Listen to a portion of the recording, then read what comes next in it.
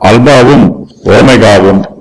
சிங்காசனத்தின் மேல் வீற்றிருந்தவர், இதோ நான் சகலத்தையும் புதிதாக்குகிறேன் என்றார்.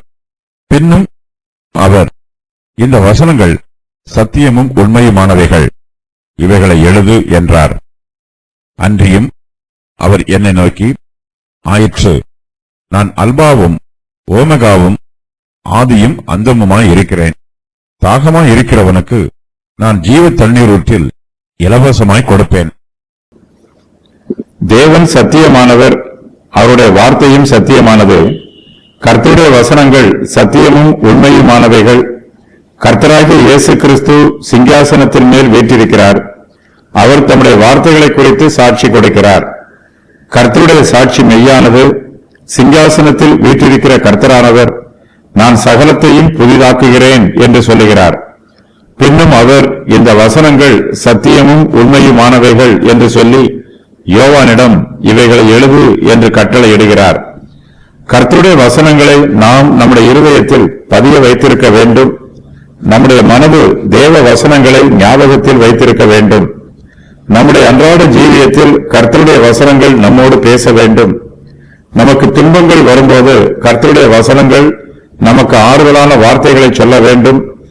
கர்த்தருடைய பாதையை விட்டு விலகி போகும்போது அவருடைய வசனங்கள் நம்மை எச்சரித்து திருத்த வேண்டும்.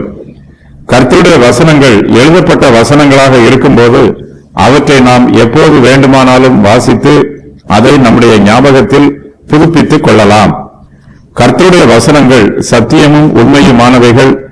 சிங்காசனத்தில் வீற்றிருக்கிற கர்த்தராகிய இயேசு கிறிஸ்து யோவானை நோக்கி, ஆயிற்று என்று சொல்லுகிறார்.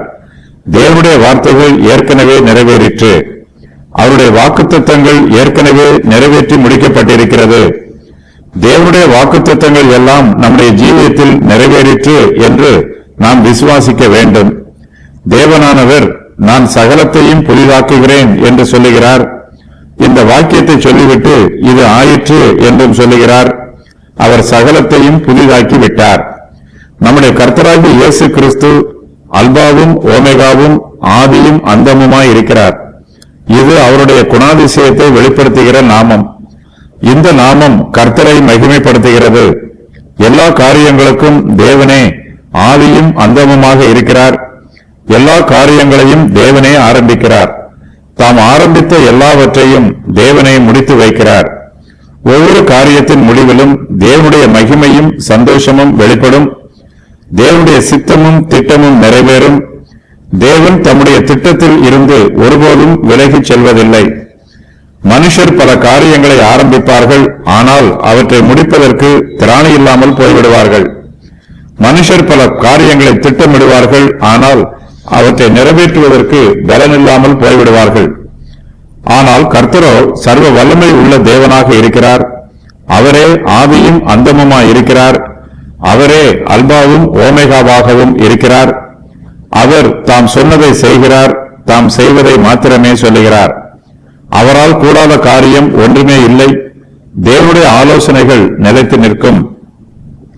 தேவனுடைய நன்மை ஒருபோதும் மாறுவதில்லை. தேவன் தம்முடைய ஜனத்தின் மீது வைத்திருக்கிற அன்பும் ஒருபோதும் மாற்றமடைவதில்லை. கர்த்தர் தம்முடைய பிள்ளைகளுடைய உள்ளத்திலே பரிசுத்தமான வாஞ்சைகளை சிருஷ்டிக்கிறார். அவர்களிடத்தில் மாம்ச சிந்தைகள் இருக்கும் என்றால் அவை நிறைவேறாதபடி தடுத்து நிறுத்துகிறார். கர்த்தருடைய சித்தத்தின் பிரகாரமாகவே நமக்கு ஒவ்வொரு காரியமும் நடைபெறும். கர்த்தருடைய உதவியும் ஒத்தாசையும் இல்லை என்றால் நம்மால் ஒன்றும் செய்ய முடியாது. கர்த்தர் வாக்குத்தத்தம் பண்ணுகிறவர். தாம் பண்ணுகிற வாக்குத்தத்தங்களை அவர் உண்மையாய் நிறைவேற்றுகிறவர். சிங்காசனத்தில் வீற்றிருக்கிற கர்த்தரானவர், தாகமாய் இருக்கிறவனுக்கு நான் ஜீவ தண்ணீர் ஊற்றில் இலவசமாய் கொடுப்பேன் என்று வாக்கு பண்ணுகிறார். இது கர்த்தருடைய வார்த்தை. கர்த்தருடைய வசனங்கள் சத்தியமும் உண்மையுமானவைகள். அவர் சகலத்தையும் புதிதாக்குகிறவர். அவர் ஆதியும் அந்தமுமாக இருக்கிறவர். தம்முடைய வார்த்தையை நிறைவேற்றுகிறவர். ஜீவ தண்ணீர் ஊற்றில் தாகமாய் இருக்கிறவனுக்கு இலவசமாய் கொடுப்பேன் என்று வாக்கு பண்ணினவர் நிச்சயமாகவே கொடுப்பார். தாகமாய் இருக்கிறவர்கள் எல்லோரும் கர்த்தரிடத்தில் வந்து ஜீவ தண்ணீரை பெற்றுக் கொள்ளலாம். நம்முடைய கர்த்தராகிய இயேசு கிறிஸ்துவே ஜீவ தண்ணீருக்கு ஊற்றாக இருக்கிறவர். இந்த ஜீவ தண்ணீருக்கு மனுஷரால் கிரயம் செலுத்த முடியாது. நமக்கு அதற்குரிய கிரயத்தை செலுத்துவதற்கு திராணியும் இல்லை. கர்த்தர் நம்முடைய நிலைமை அறிந்து ஜீவ தண்ணீர் ஊற்றில் நமக்கு இலவசமாக கொடுப்பதாக வாக்கு பண்ணுகிறார்.